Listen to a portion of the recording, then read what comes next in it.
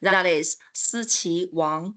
And Siqi is a postgraduate student majoring in applied linguistics at the University of New South Wales in Australia. Her research interest is mainly about using generative AI for multimodal writing and speaking assessment. Good to know I have another friend here. And Siqi, whenever you are ready. Yeah, I'm ready. Can you hear me? Yes, yes, we can. Can you see my screen? Oh, hello. Can you see my screen? Yes, Siqi, we can see you and we can hear you well. Feel free to start presenting. Thank you. Okay. Let's start. Hello, everyone. Thank you for joining this session. Today, I will talking about investigating the reliability of two ChatGPT models in L2 academic writing assessment. Let's start by a brief overview. My presentation can be divided into 5 parts, that is, background, research question, methodology, findings, and also discussion and conclusion. Now, let's dive into the background part. Two major journals just closed their calls for papers. Both will publish their special issues this year. Let's say what they are focusing on. British Journal of Educational Technology. Welcome submissions on the use of AI for data generation for assessment and grading. Turning to Journal of Language and Education, they also mentioned automated grading.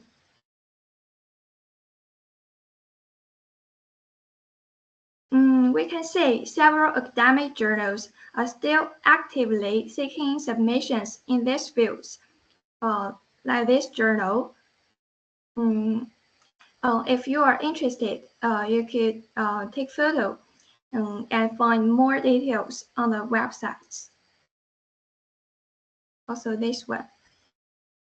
Sorry, Siqi, for interrupting. Do you mind presenting? Start the presentation mode because we have audience saying they can't see the slides. Oh, sure. Yeah. This one.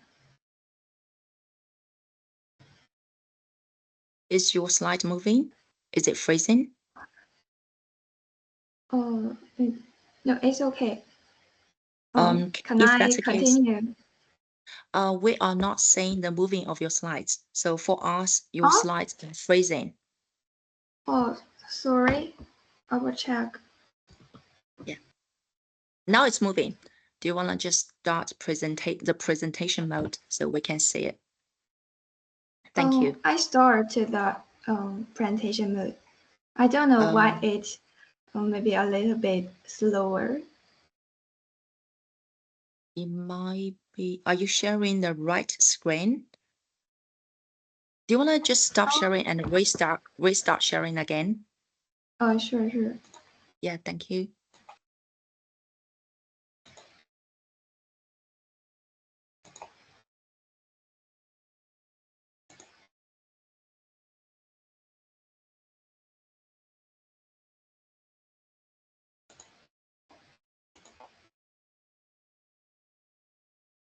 Is it moving? We can see the slides now, but still not in the presentation mode. Is it okay? Not yet. I can see that you just clicked on the presentation button, but it's not showing it.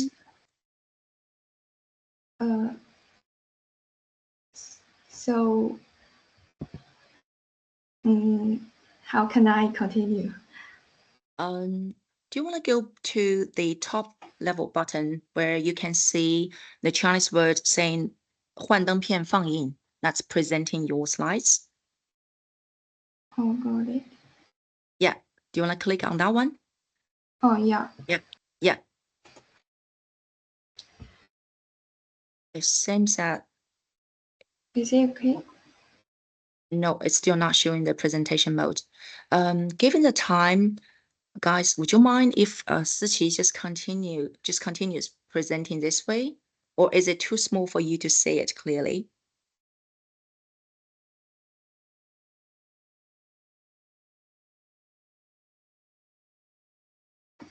This is fine. Okay, so please go ahead, Siqi. Thank Okay, you. thank you Thank you, guys. all. Yeah.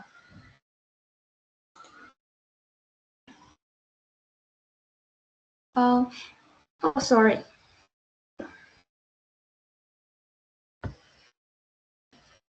Here are some articles related to today's topic. We noticed that there are some articles using relatively new version of ChatGPT, like this one, use ChatGPT-4o Mini, and also the third one, also use a 4o Mini. Also, all these articles use various types of material. Different genre of academic writing, like analysis essays, some abstracts, some journal articles, open-ended questions, or annotated bibliographies. Let's move on to the research questions. This study is guided by the central research question: how reliable are ChatGPT-4o or 4o Mini in scoring L2 academic writing compared to trained human readers? You can notice there are some similarities with articles we just discussed. I also focused on the relatively new version, ChatGPT-4o and 4o Mini. Also, use the comparative studies and academic writing. Some differences will be discussed later. With these questions in mind, let's move on to how I investigate it, methodology part. To tackle the research question, I designed the experiment. Firstly, I collected 35 academic abstracts written by four-year undergraduate students at a Chinese university. These abstracts were part of students' graduation thesis. All the students. Sorry to interrupt, but we're still in the slides number 6. We haven't seen any papers or research questions. We are in the background one. Sorry. Oh, sorry about that. Why it doesn't work? Are you on the right slide now, Siqi? Seems to be some internet issue or some other issues that I can't tell.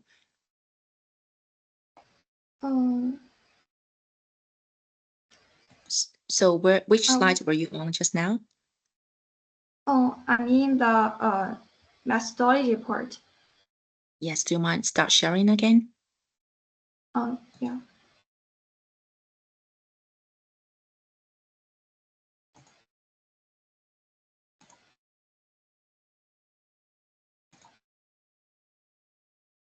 Can you see my screen? Let me see. We see methodology now, but I think you will have to change each slide, like clicking on them so we can actually move with you. Otherwise, we just stay in methodology and then you continue and we don't for some reason. Thank you so much for pointing this out. Siqi, I can help out by sharing your slides from my end. If you're okay with that, just tell me to move on to the next one whenever you're finished with the specific slide. Would that be okay? Sure. Yeah, let me just start sharing now. Just give me a second.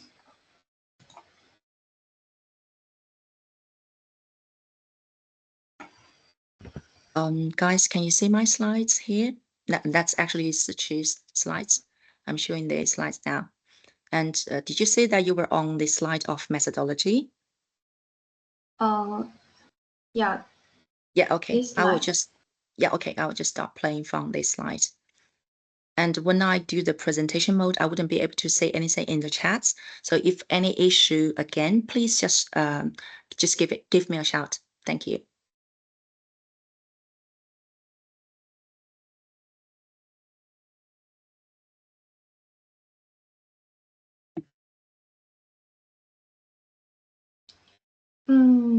Let's continue with the introduction of human readers. Two human readers in this study are highly proficient in Chinese EFL writing instruction and experienced with writing. They acted as a benchmark for true or high-quality evaluations. For the model training part, it includes 3 phases. Let's figure out what they are. Please, next slide. Yeah, thank you.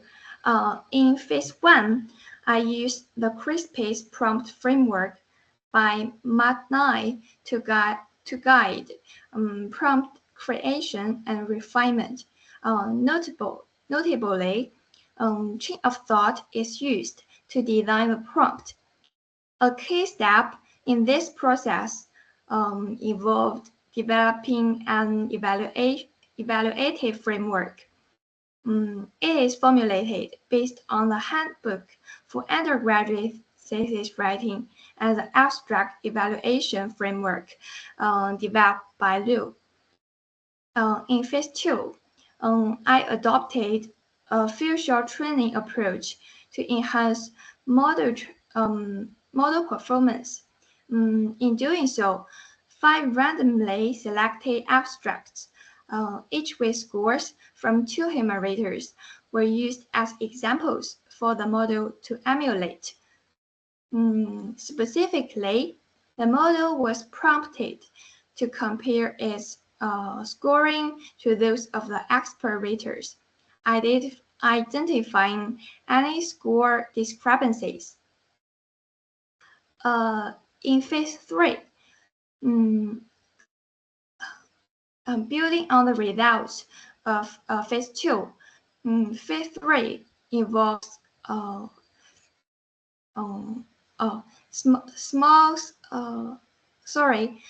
fine-tuning, providing explanations for the human reader scores, including both total and pre-scores. Yeah, please, next slide.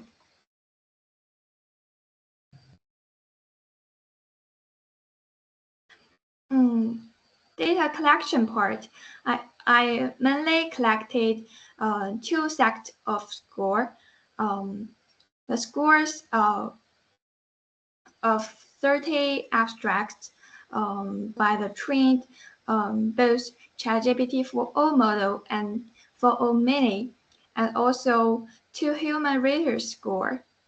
In the data analysis part, SPSS29 is used to analyze the data for both descriptive and inferential statistics. Non-parametric test here, specifically, Spearman's rule is used because the data is not normally distributed. Okay. Now let's talk about what I found. From the descriptive statistics, we could say ChatGPT produces higher average scores with lower variability than the 2 human readers. Additionally, we could say ChatGPT-4o Mini's range is only 4. We might consider whether it can effectively capture the varying quality of abstracts. That is a question worth considering. Next slide. Yeah. From correlation analysis, we can answer the research question. Firstly, ChatGPT-4o showed moderate consistency with human readers, while ChatGPT-4o Mini's scoring has no relationship with human readers. Next slide.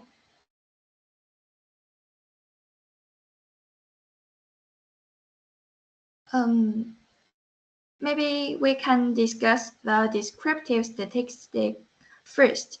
Pay attention to the fifth article. It shows the same result with my study, while in the first article, it showed the opposite answer with my study. I wonder this may be because the first one analyzed different type of materials with mine. Maybe next slide. We could see the types of material the first article used. Maybe it is influenced by the genre of essays. Last slide. Come back to like. Sorry, the previous one. Yes, thank you.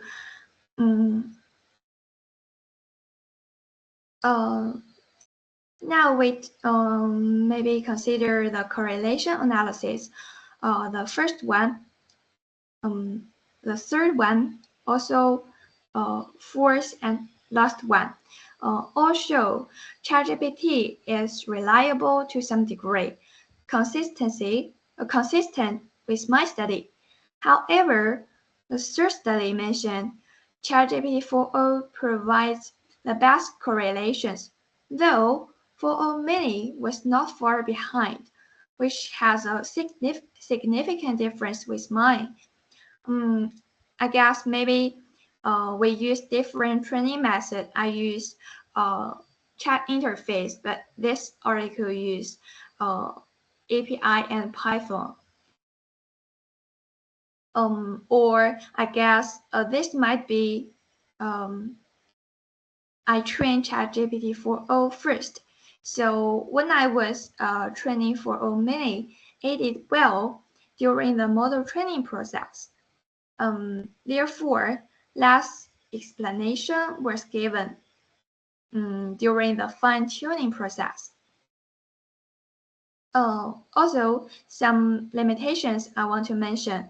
One is the sample is quite small. In my study, it's only 30 abstract. But you can say, next slide.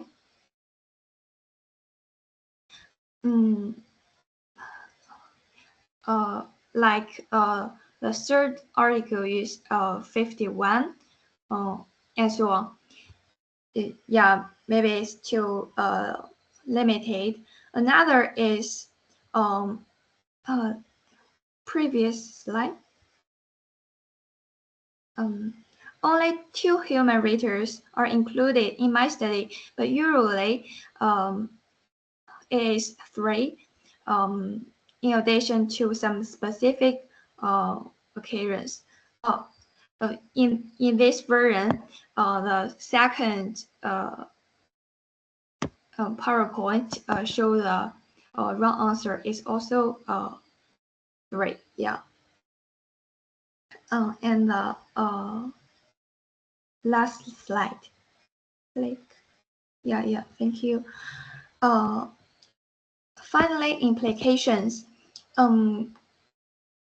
As for pedagogical implication, compared with API and Python, which is hard to learn for students and teachers, chat interface used in this study is more applicable. Implication for further research. As we mentioned before, some journals are calling for papers.